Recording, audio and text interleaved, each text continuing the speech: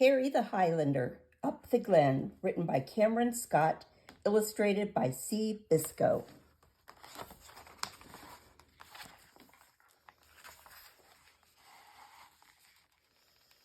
Harry was sad to see his mum leave for the Highland show.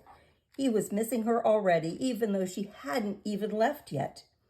She was taking part in a big competition for the best-looking cow, and Harry was sure that she would win top prize with her beautiful coat. He was a very brave little calf and told his mum he would be okay. He would just play with the other young cows in the field. However, Harry was a Highland cow with a very shaggy coat and looked different than all the other cows. Just because he looked different, they would not play with him, so Harry wandered off to a far corner of the field, all by himself. No one else visited the corner of the field, so no one had noticed the broken down wall. Harry decided this was his chance to get away from the unfriendly cows and maybe even find some friendly ones, some that were more like him.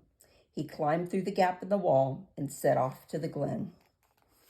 It wasn't long before he came across a tiny brown mouse that looked rather sad. "Hello," said Harry. "Why are you so glum?" The little mouse told him that his whiskers were too spiky and tickled the other mice when they tried to sleep.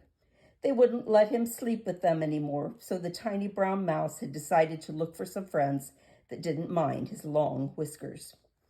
"Well," said Harry, "you can come with me if you want.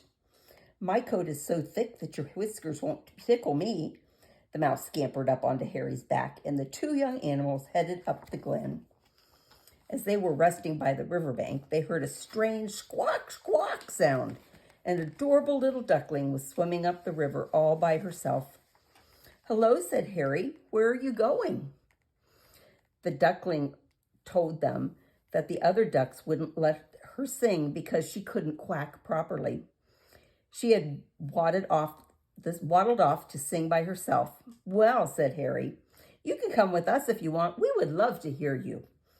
The three new friends continued together up the glen, singing and squawking along the way.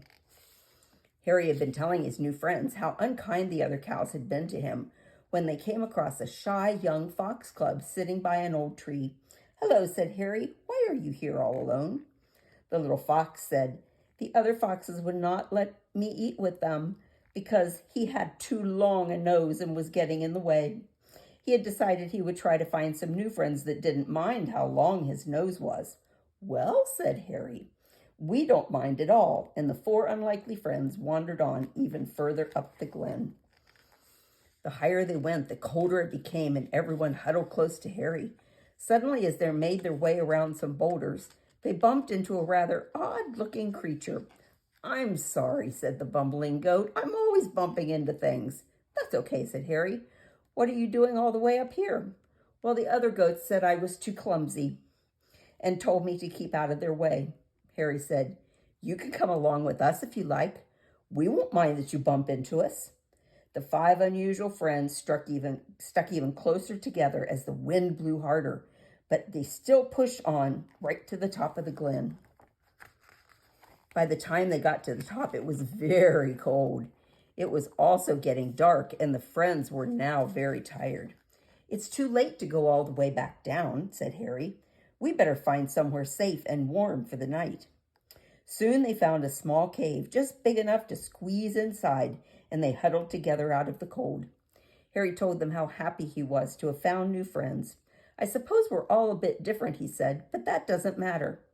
Before long, they were fast asleep, huddled beside Harry, keeping warm with the help of his shaggy coat. While they were fast asleep, it snowed, and it snowed, and it snowed. Snuggled up close to Harry inside the cave, the animals were safe and warm. But when they woke up the next morning, it was white everywhere except inside the cave, which was dark. The snow had piled up to the entrance and trapped them inside. The shy young fox cub sat up. He sniffed and he sniffed again, trying to find the entrance to the caves. Then he poked and poked with his long nose until he made a small hole to the outside. "Well done," said Harry. "You're a really wise fox." Outside, everywhere was covered in snow. Even though it was magical, they all wanted to play for a while. The 5 friends agreed they had better head back to the farm. They made their way along the glen, and they came across a very wide river. "The bridge looks broken," said the tiny mouse. "I can't swim across there." "Neither can I," said the wise young fox. "We'll be washed away." But the bumbling goat had a great idea. She chewed and chewed and chewed her way right through the rope from the bridge. "What a clever goat," said Harry. "But how will that help us cross to the other side?" he asked. "I've got an idea," said the little duckling. She grabbed the rope and jumped into the water. She splished and she sputtered and she splattered and she struggled and eventually made it to the other side. "You're a plucky little duck," shouted Harry, as she wrapped the rope around a big rock tight as she could. Then the tiny mouse scampered along the rope. After that, Harry held on to the rope with the clever goat, and the not-so-shy fox held on to each other as they made their way across. They all gave their coats a good shake. Harry gave his shaggy coat an extra shake because it was so thick and heavy with water. "Which way now?" he asked as they looked at the wall of trees. Suddenly, the tiny mouse scampered up to the top of the tallest tree. "I can see a farm," he shouted. "I can show you the way." Then the daring mouse climbed up on Harry's back. He led them through the woods and down the glen. Harry's mom was waiting and was very pleased to see him with all his new friends. "We're all a bit different, but that's what makes us special," she explained. You're friendly. If you're friendly, you will always make new friends." And that, the farmer agreed. They could all stay with Harry on the farm. Harry's mom was waiting and very pleased to see him and all his new friends. "We are all a bit different, but that's what makes us special," she explained. "If you're friendly, you can always make new friends." And with that, the farmer agreed they could all stay with Harry on the farm. The end.